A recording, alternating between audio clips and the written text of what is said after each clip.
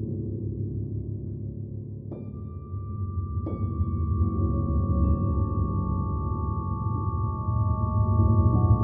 following podcast contains coarse language. Listener discretion is advised. This podcast was a spur-of-the-moment podcast. Brad decided he wanted to tell everybody how cool the 80s was and about a bunch of 80s things that most 2000's and 90's kids know nothing about. He felt it was his duty to explain how cool the 80s actually was and how pretty much that the 2000's sucked.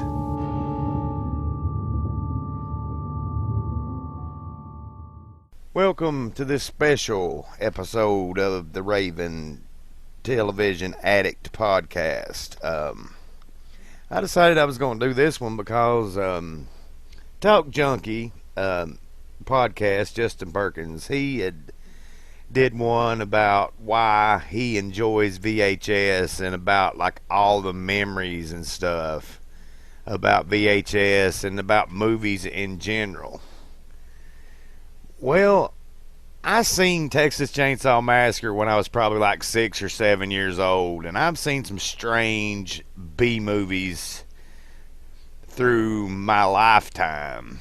I mean, I've been on this earth 38 years, and I've seen tons and tons of movies. I have an extremely, huge DVD collection because DVDs, when they took over, I mean, it was big when they took over. Around 1997's when DVDs started getting,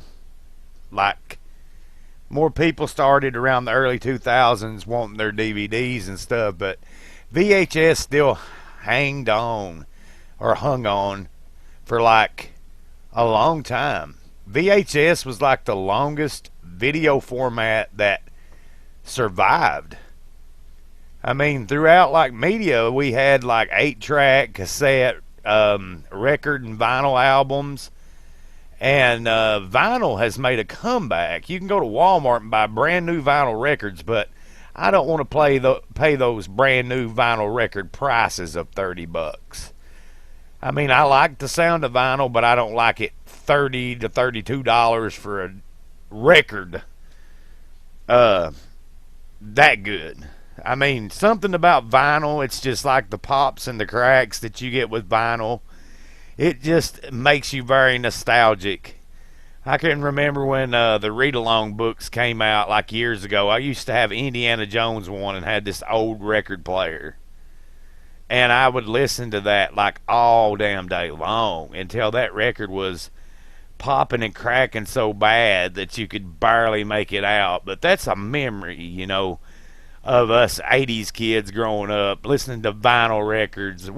I bet we all had a read-along book. That's actually how I learned to read good, was them read-along books back in the day. Seemed like they made a read-along book of everything. I mean, I had a ton of those back in the day. I remember James Bond. I had a Spider-Man one. I had Indiana Jones and the Temple of Doom. Star Wars, The Empire Strikes Back, New Hope, Return of the Jedi. Man, I love those read-along books. And here about maybe 2 or 3 years ago, I bought a brand new one off of eBay due to its rarity. And I'm pretty sure that the copyright on that is like Disney don't care anymore, considering that they don't make this one anymore. And with the 30th anniversary of Ernest Goes to Camp coming up, I might actually do a podcast and have the whole audio so y'all can listen to it. But there was Ernest Goes to Camp read-along that came out in 87, I believe, is when it came out.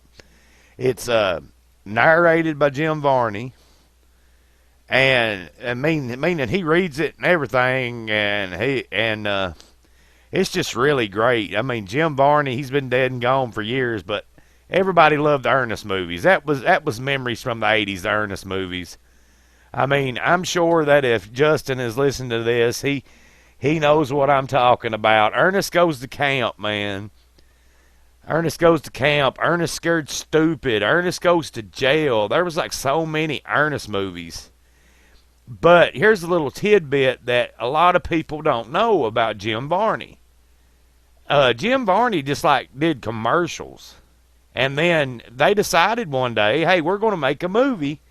And the first movie people like to think was Ernest Goes to Camp, when he actually played his Ernest character in a movie, but that is wrong. In 1985, they made a movie called Dr. Otto and the Riddle of the Gloom Beam, in which the beginning, depending on which version you watch, because I've seen a version that doesn't have this in it, and I've seen a version that does.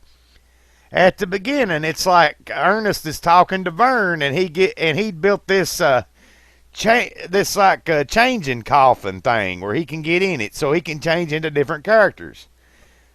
And throughout the movie, he plays a character of Dr. Otto, which is like a mad scientist. It's got a hand on his head, and which you may remember from the Hey Vern, It's Ernest television series that they made. Then he does this like Annie Nelda, they call her, the girl with the green, the old woman with the green dress, and that's where Jim Varney got his start. Now I'm trying to give some of you kids that didn't grow up in the 80s a little history about the cool shit that we had in the 80s that you all probably don't know anything about anymore. Like, we had the read-along books that, like I mentioned, we had, like, Ernest movies. We had some of the best movies come out in the 80s. The Goonies. We had Gremlins that came out in the 80s. We had a bunch of, like, action movies, as Perkins has mentioned on Talk Junkie before, like American Ninja. But now, 80s was big for Chuck Norris. Chuck Norris was big shit in the 80s. There was Delta Force. There was Missing in Action 1 through 3, Invasion USA, and one of what I consider Chuck Norris's greatest movies is a little sleeper hit, is what I call it, because people probably ain't heard of it, and the people that have heard of it probably don't remember it, but it was kind of a ripoff of like Halloween or something. The movie was called Silent Rage. It came out in 1982, and it's a great movie.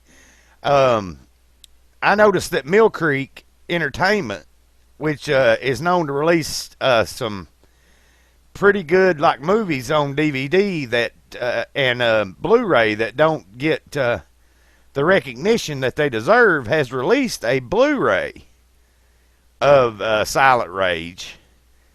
And it's got like a retro-looking VHS packaging. And they did that for a movie called The Legend of Billie Jean. That was an 80s classic. We had the Ghoulies movies. We had Troll. We had a bunch of those like Charles Band movies that came out in the 80s. We had Puppet Master that came out in 1989. Now, I'm trying not to go past like the 80s of some of the great movies that we had. We had Red Dawn with Patrick Swayze and Charlie Sheen before he got on all the dope. Really, really, really great movie. We had The Thing. We had They Live. We had Mannequin, as Perkins had mentioned in another one of his podcasts. But as I've said before, and I've said this to Mug, and I think I've said this to Perkins too, maybe in an instant message, but I preferred Mannequin 2 over the first Mannequin. But Mannequin 1 was good for the fact that it had G.W. Bailey, who played Captain Harris in the Police Academy movies. That's another big franchise from the 80s we had, Police Academy. Movies today is not going to have the effect on you all like they did on us. Because I'll tell you why. You all have it so damn easy now with the streaming. You go to Netflix, you be like, okay, I'm going to watch Honey Boo Boo or something, you know? And back in our day, we didn't have that shit. We had to go to a video store. And as Justin mentioned in his podcast, which I hope he's listening to this one, he was talking about Video Solution and Movies and Munchies. Well, I don't recall ever going to movies in Munchies, or movies in Munchie, or whatever he called it. I don't recall going to that one, but I do recall going to Video Solution all the time and renting games and stuff. I remember I rented Bart versus the Space Mutants on Nintendo over there. And I remember renting like movies, and when they went out of business, I bought like Halloween 2, Texas Chainsaw Massacre 2, and some other movies off of him. But the sad thing is they didn't have the boxes anymore. I bought the Halloween 5 and sadly VHS tapes mold, so those are all gone now. I'm on the lookout for the media home video release of Texas Chainsaw Massacre 2. If anybody has it and wants to sell it cheaply or wants to donate it to me, I would love to have it, because that's one of my fondest memories of going to the video store. Which the video store that movie was rented from wasn't like your everyday video store. This video store was kind of in a gas station / garage that used to be located in Scuddy, Kentucky, and it's where the primary care center is in Scuddy now. It used to be like a gas station / garage. And just like going in there, and I mean, he didn't have many movies, but he had some good movies, and I was in there one day. This had to be probably around like 1990 or so. And I went in there, and I got my dad to rent me Texas Chainsaw Massacre 2. And ever since that day, I've loved that movie. It's just like the cover art. It was like a rip-off of the Breakfast Club cover. If you look at the Breakfast Club cover and the Texas Chainsaw Massacre 2 original cover side by side, it's just like a complete like redo pretty much of the Texas Chainsaw Massacre and Breakfast Club cover. They're pretty much the same. So I don't know.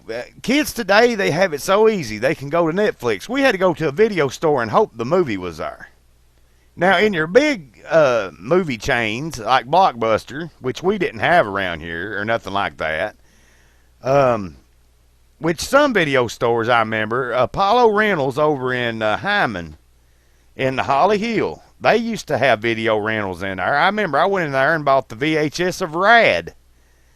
Any 80's kid would probably remember Rad, because it was one of the greatest BMX bike movies that there was. It was about a boy named Crew Jones that was like a BMX biker, and he was racing mongoose bicycles on Hell Track. That movie is a classic.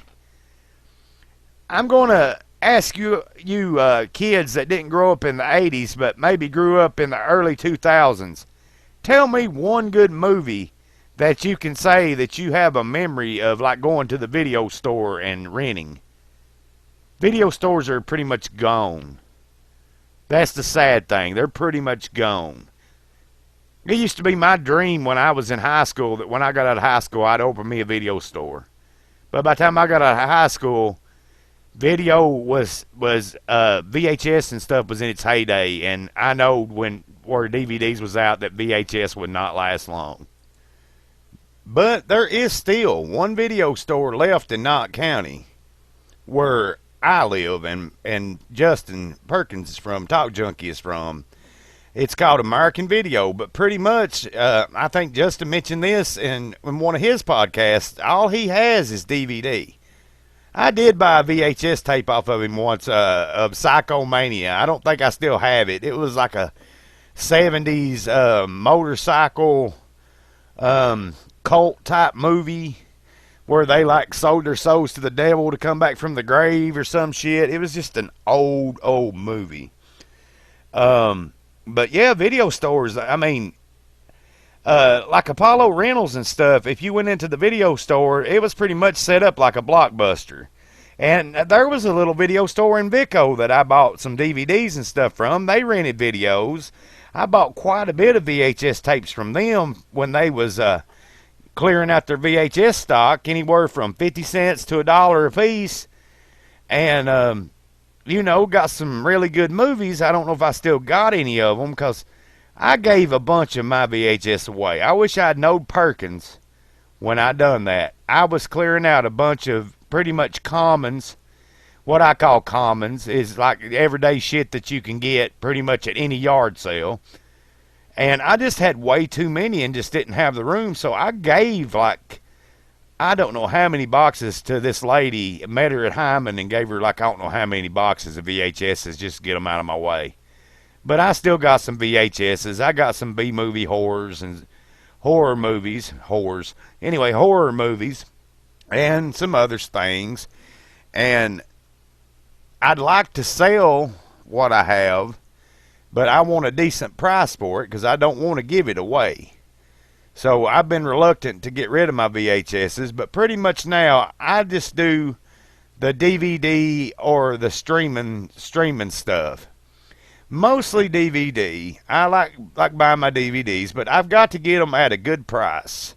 I don't like paying top dollar for DVDs because, like, everybody's thinking DVD's pretty much on its way out, people. I mean, Blu-rays already took over DVD, which I don't like Blu-ray, and the main reason I don't like Blu-ray is either A, it's my player that I have, or it's just the way Blu-ray is. I think it takes too damn long to load.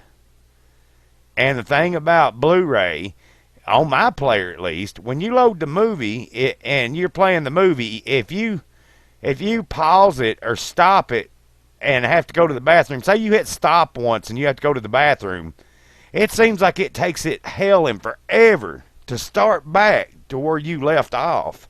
I don't like that. The thing with VHS is if you sat down and watched one from the beginning to the end, you had to rewind it. Well, people didn't like that and didn't like the fact they had to fast forward it to find their favorite part. With DVDs, you had the chapters and all these special features and stuff. Well, a lot of people don't know, but there was special features on VHS tapes too. I don't know if Perkins remembers this, and I'm sure Muggs probably listened to this podcast, but when Nightmare on Elm Street 3 came out on VHS, on the Media Home Video Edition, and if I'm not mistaken, when they re-released the movies on VHS around like 99, when my grandmother bought me all of them on VHS before I finally got the DVD set,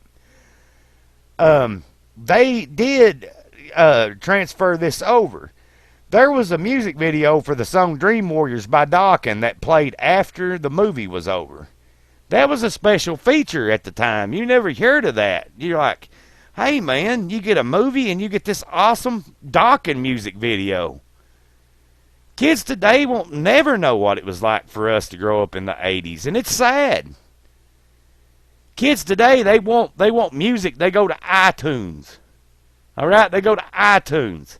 Back in the day, we had a cassette tape, and we put it in a cassette player.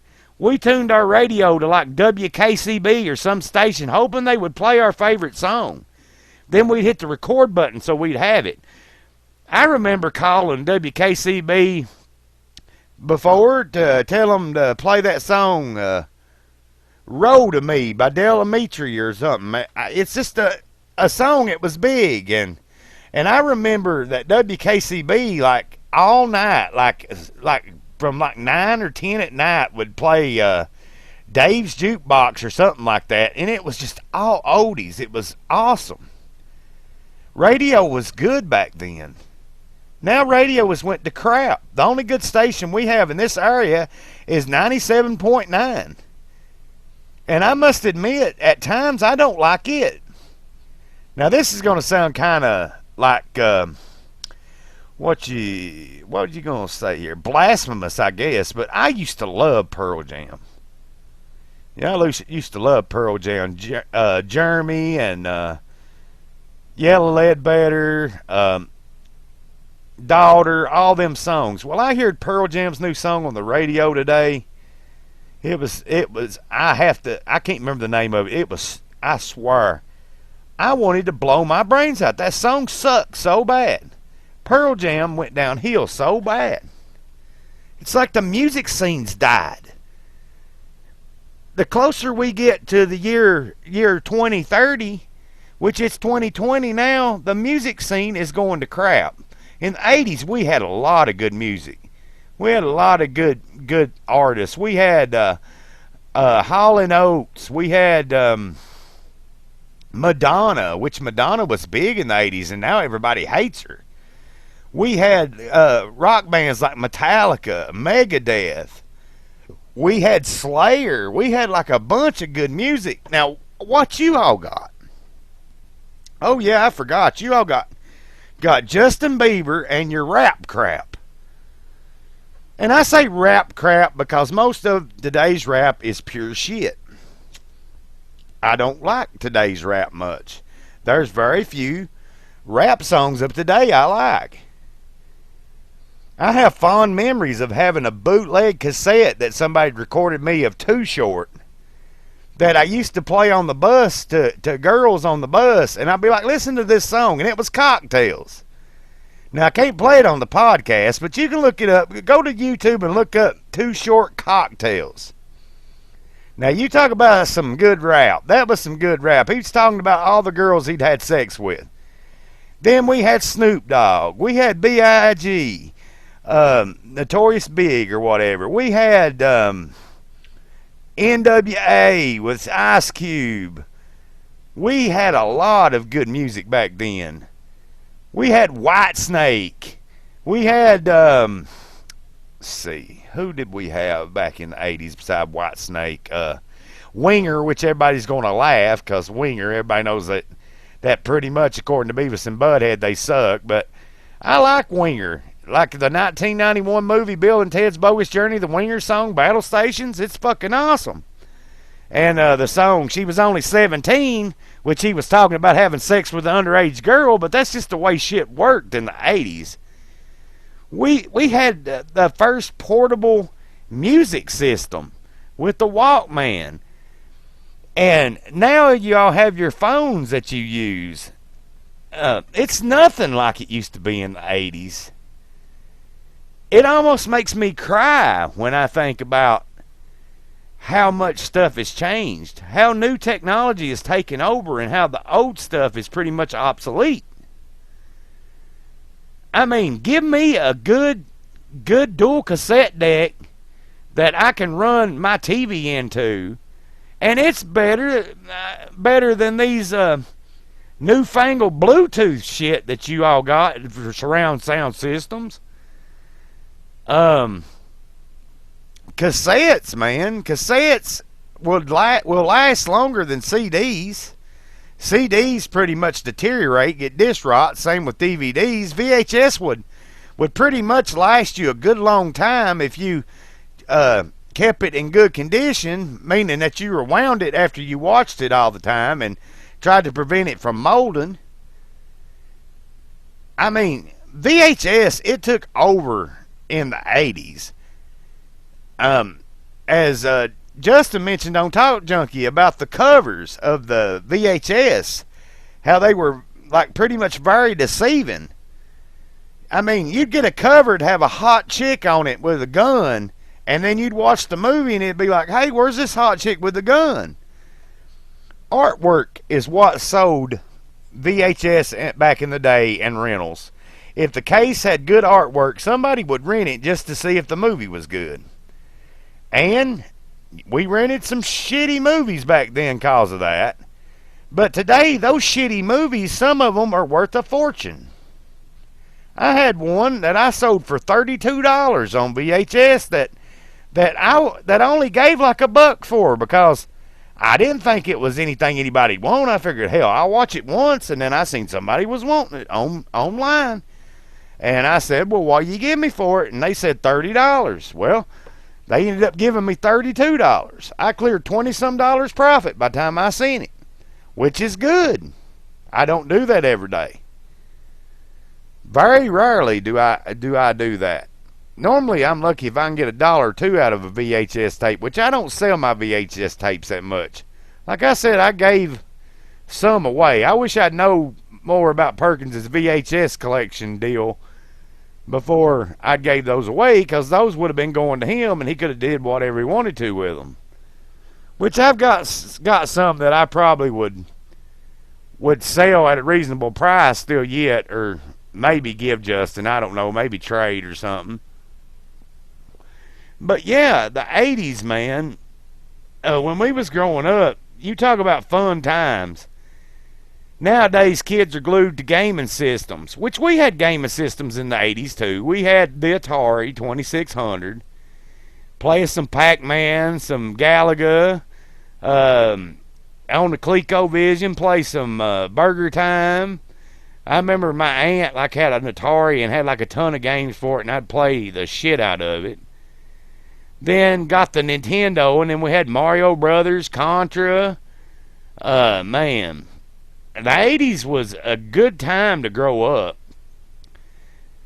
Yeah, all these video stores, all these good movies coming to the theaters, not to mention the promotions in the 80s and early 90s.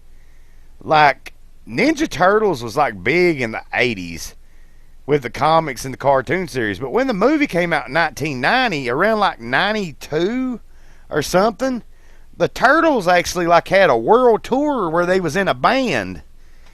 And you could go to Pizza Hut and get the cassette Coming Out of Our Shells tour. You could get the cassette of Coming Out of Our Shells tour at Pizza Hut. Burger King, if you joined the Burger King Kids Club, you could get VHSs of Ninja Turtles, which they were only single episode tapes.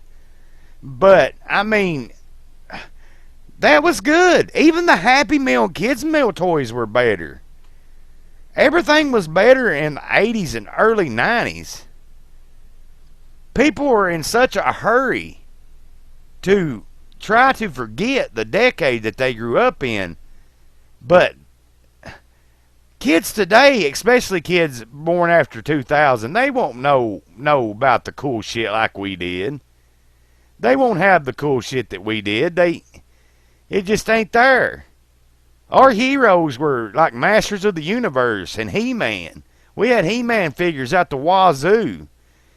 We had a bunch of 80s cartoons that were really good and brilliant for the time. Like Brave Star, it was ahead of its time, which I mentioned on an earlier podcast. There was Ghostbusters, the Centurions,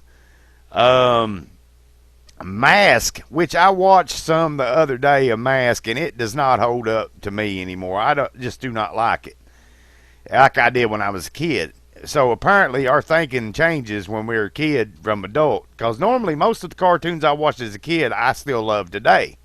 But Mask, I just don't know. I just cannot get into it anymore. Silverhawks. Yeah, Silverhawks and Thundercats. We had a lot of good stuff, which these today kids have Thundercats, but it's a shitty version called Thundercats Roar. Kids today will not know what it's like to grow up in the 80s. It's up to parents and people that grew up in the 80s to try to show them some of the cool stuff that we had in the 80s. Sit down with your child. Watch an episode of Thundercats or the original Ninja Turtles with them. Transformers. Get your hand on one of those read-along books with the cassettes off eBay and be like, hey, this is what I did when I was a kid before videos was mainstream. Just today, I mean, kids have it too easy. We all have it too easy. Everything's automatic. Back in the day, if we wanted to make a tape of different songs, we had to put work into that. We'd have to wait till the songs came on the radio. Now you can go to iTunes and buy them and just burn them on a CD or slam them on your phone or whatever the hell you want to do. It's just not as good anymore. The only good thing about today's technology is that computer systems and phones and stuff like that gives us more ability to do creative stuff like make videos and podcasts. But not every new element in the world that comes out is going to be as good as some old school 80s tech. Yeah, today, you can get high definition cameras. But just something about the look of recording your family on a home video, the nostalgia of it. I mean, when I originally started doing my Angry Movie Nerd videos, I had a video camera hooked up to a DVD recorder. Is how I done it. So I could see myself on the screen, and I'd record myself on a rewritable DVD and rip it to the computer to make them videos. And then I started using my cell phone for the videos. So yeah, I used old and new tech. I'm an old tech junkie. If I had my way, there would be none of this new stuff. I still like the old school TVs. I've got one of these new fangled TVs, and seems like that it's got a lag to it that the old TVs did not have. While I enjoy having a big screen to look at and the ability to hook my computer to it, so if I want to watch a video on YouTube or something, or some streaming video that I can watch it on a big TV, I like that feature.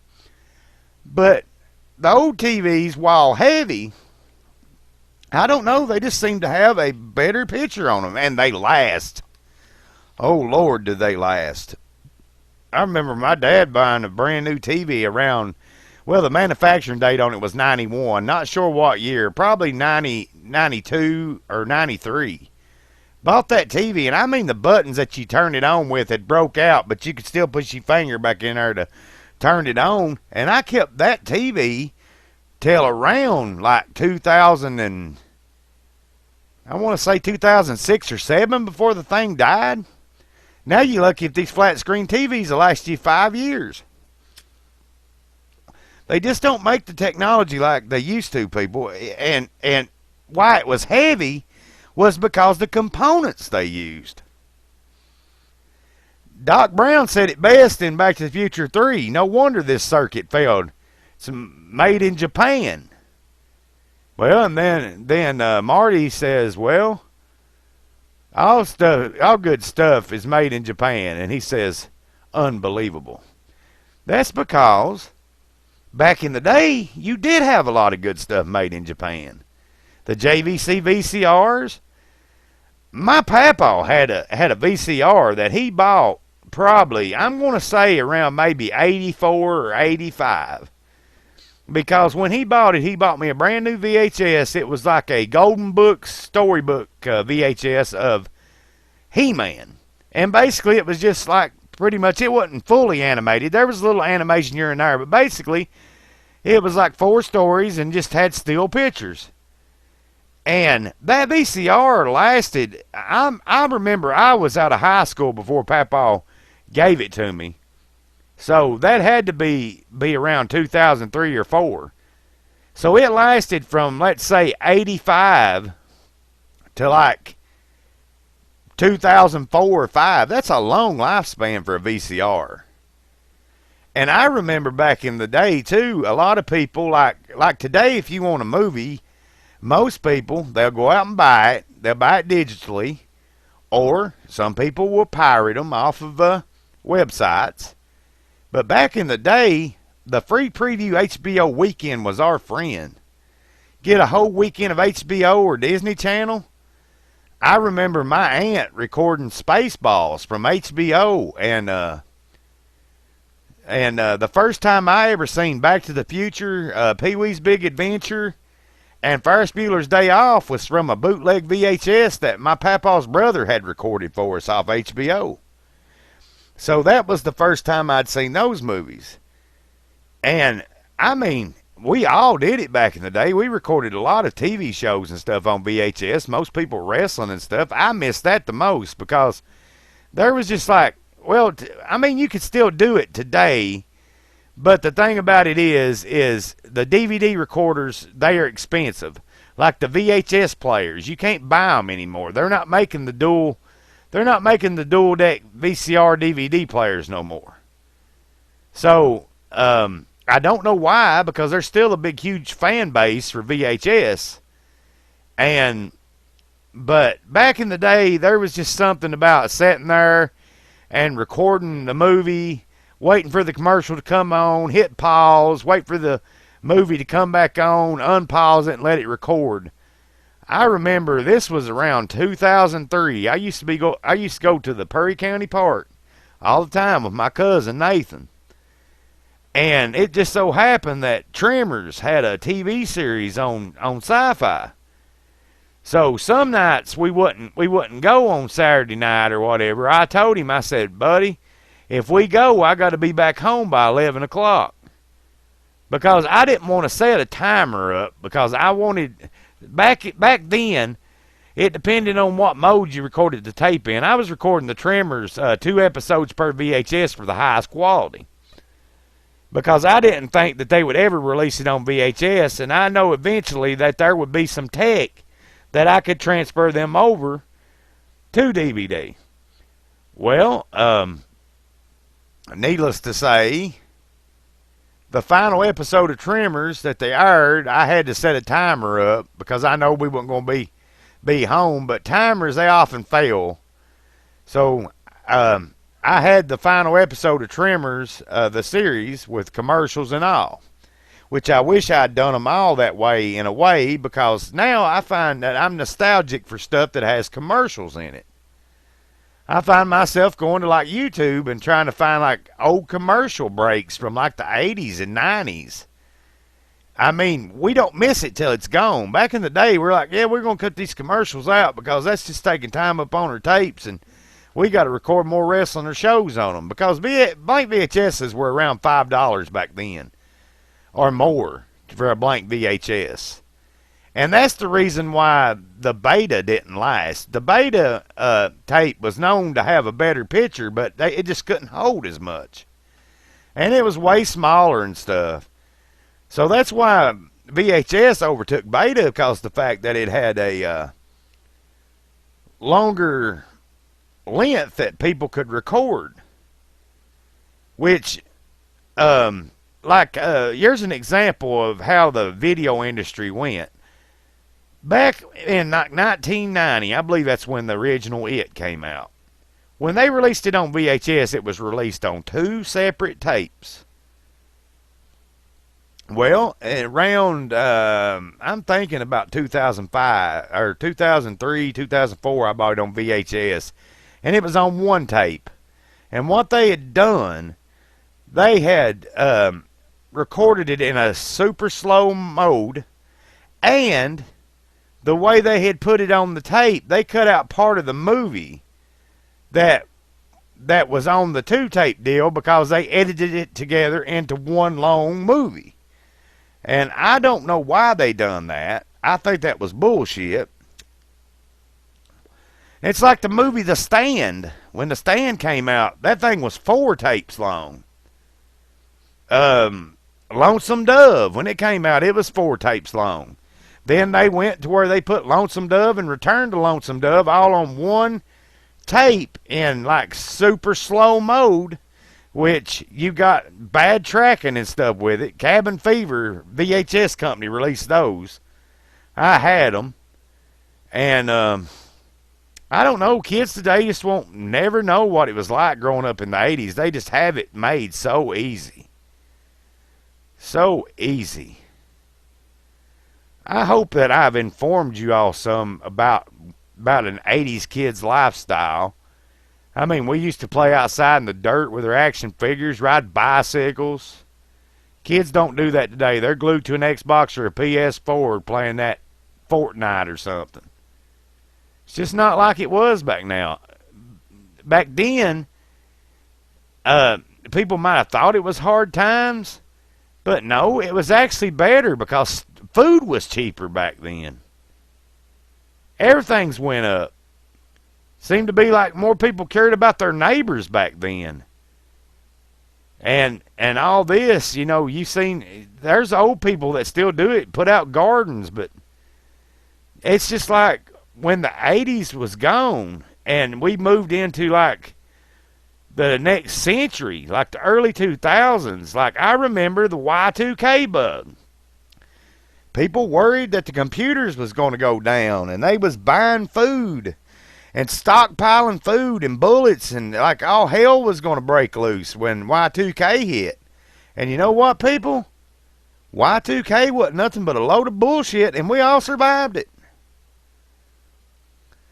I mean, the 80s gave us the first news channel.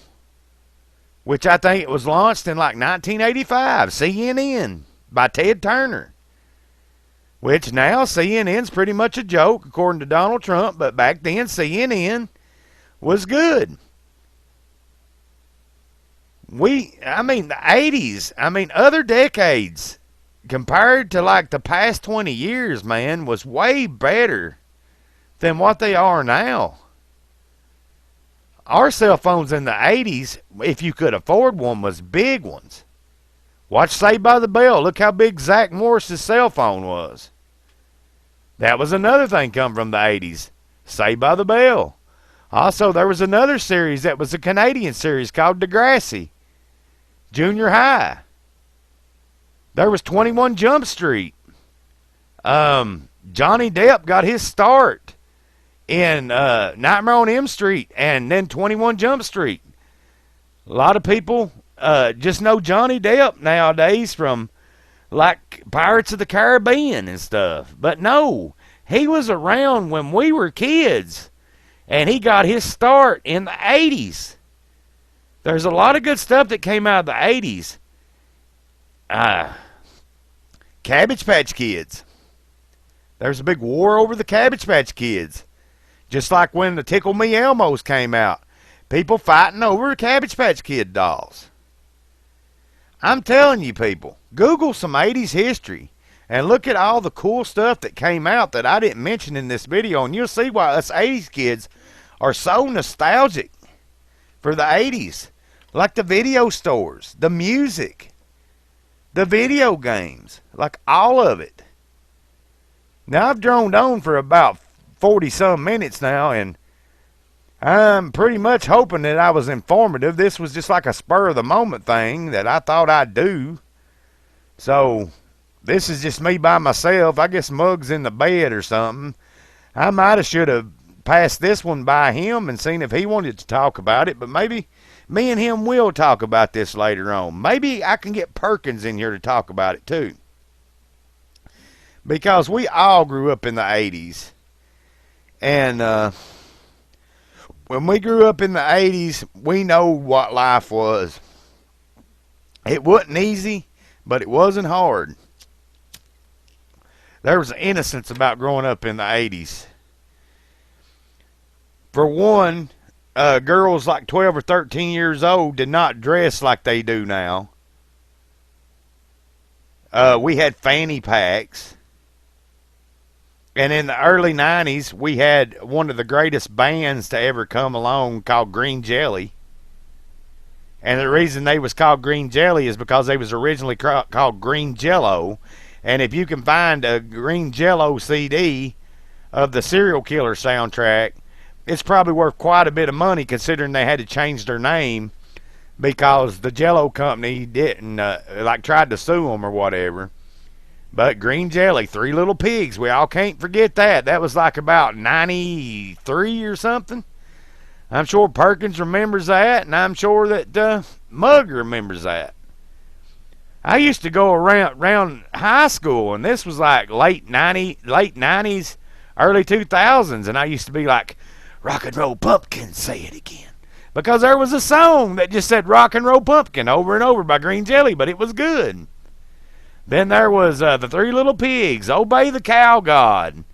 Let's see, there was Flight of the Shajakua. There was Misadventures of the Shit Man. And the best part of that song was at the end when you hear the toilet flush and that guy goes, we got poo-poo. I mean, we had some good stuff back in the day that kids ain't never going to know about. I mean, you got your Justin Biebers and your Selena Gomez's and your Caitlyn Jenner's and all this other stuff. You're never going to know what it was like to grow up in the 80s, and it's sad. It's sad. But I've talked for a good long while. This, like I said, was just a spur-of-the-moment thing. I just wanted to get some stuff off my chest like Mug did in the Can You Hear Me episodes. So, I'm going to leave it at this. If you can get your hands on a VCR and get your hands on a VHS tape of a classic 80s movie, say Goonies, Beetlejuice, something like that. Hook that VCR up to your newfangled TV, sit back, enjoy the tracking issues, and watch a movie how we used to. And then maybe you'll feel some nostalgia for like the way we did, but it's doubtful considering you didn't grow up in the 80s. But the 80s was a good decade that people like to say that they want to forget. But in the back of our heads, I know a bunch of us would like to travel back to the 80s and relive it again because it was one of the greatest times in our lives. We just didn't see it then. We see it now because we know what the world has become. So on that note, hope you enjoy your night, day, whenever you listen to this, and catch us again on the Raving Television Addict podcast.